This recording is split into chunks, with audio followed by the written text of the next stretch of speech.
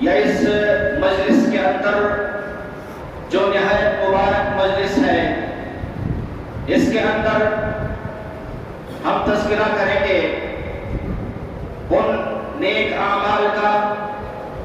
جن نیک اعمال کو اختیار کر کر انسان اپنے گناہوں کو ختم کر سکتا ہے۔ آج کے اس ماحول میں، جس ماحول میں ہر شخص جب اپنی زندگی پر نظر ڈالتا ہے تو اس کو ایسا لگتا ہے کہ اس کی زندگی مکمل گناہوں میں ڈوبی ہوئی ہے۔ آج کے اس ماحول میں،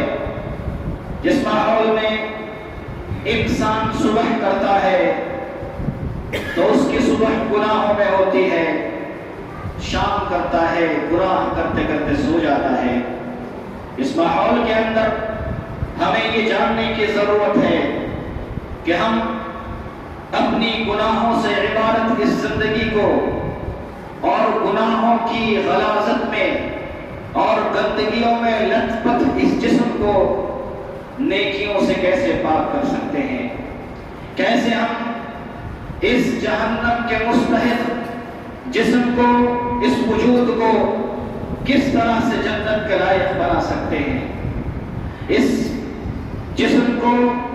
جو اللہ کی لعنتوں کا مستحق ہو چکا ہے، کس طریقے سے اللہ کی رحمتوں کا مستحق بنا سکتے ہیں،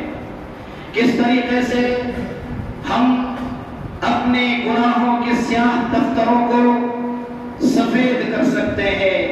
اپنے گناہوں کو ان دفتروں سے مٹا سکتے ہیں۔ آج کے ماحول میں ہمیں یہ جاننے کی ضرورت ہے۔ میرے بھائیوں، میں نے خطبہ مسنونہ کے بعد قرآن کریم کی ایک آیت آپ کے سامنے تلاوت کی، جس آیت کے اندر اللہ تبارک و تعالیٰ فرماتا ہے وَالَّذِينَ إِذَا فَعَلُوا فَاحِشَةً أَوْ ظَلَمُوا أَنفُسَهُمْ۔ اہل ایمان کی صفت یہ ہے، اہل اسلام کی صفت یہ ہے، اللہ کا خوف رکھنے والے مؤمنین بندوں کی صفت یہ ہے، اِذَا فَعَلُوا فَاحِشَةً، جب ان سے گناہ سرزد ہو جائے، جب وہ گناہ کر گزریں، ذکر اللہ، تو گناہ کرنے کے بعد بدمست نہیں رہتے ہیں، گناہ کرنے کے بعد اپنے گناہوں میں ملوث نہیں رہتے ہیں، گناہ کرنے کے بعد ان کو اللہ کی یاد آتی ہے، گناہ کرنے کے بعد ان کا ایمان ان کو جھنجھوڑتا ہے،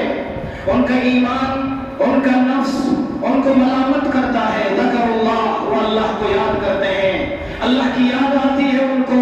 وہ اللہ تبارک و تعالیٰ کے خوف سے لرزتے ہیں، ترستے ہیں۔ فاستغفر اللہ، اللہ نے فرمایا اللہ کی یاد کر کر بے غیرتوں کی طرح اس طرح سے گناہوں میں ملوث نہیں رہتے، بلکہ فاستغفر اللہ، وہ اللہ سے استغفار کرتے ہیں، اللہ تبارک و تعالیٰ سے اپنے گناہوں کی معافی مانگتے ہیں۔ والذین اذا فعلوا فاحشة او ظلموا انفسهم ذکروا اللہ فاستغفروا لذنوبهم ومن یغفر الذنوب الا اللہ۔ اور یہ لوگ جانتے ہیں کہ اللہ کے علاوہ کوئی گناہوں کو معاف نہیں کر سکتا، اللہ کے علاوہ کوئی اس کی مغفرت نہیں کر سکتا۔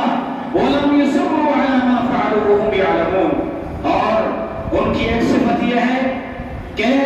وہ اپنے کیے ہوئے گناہوں پر اصرار نہیں کرتے ہیں، وہ گناہ کرتے ہیں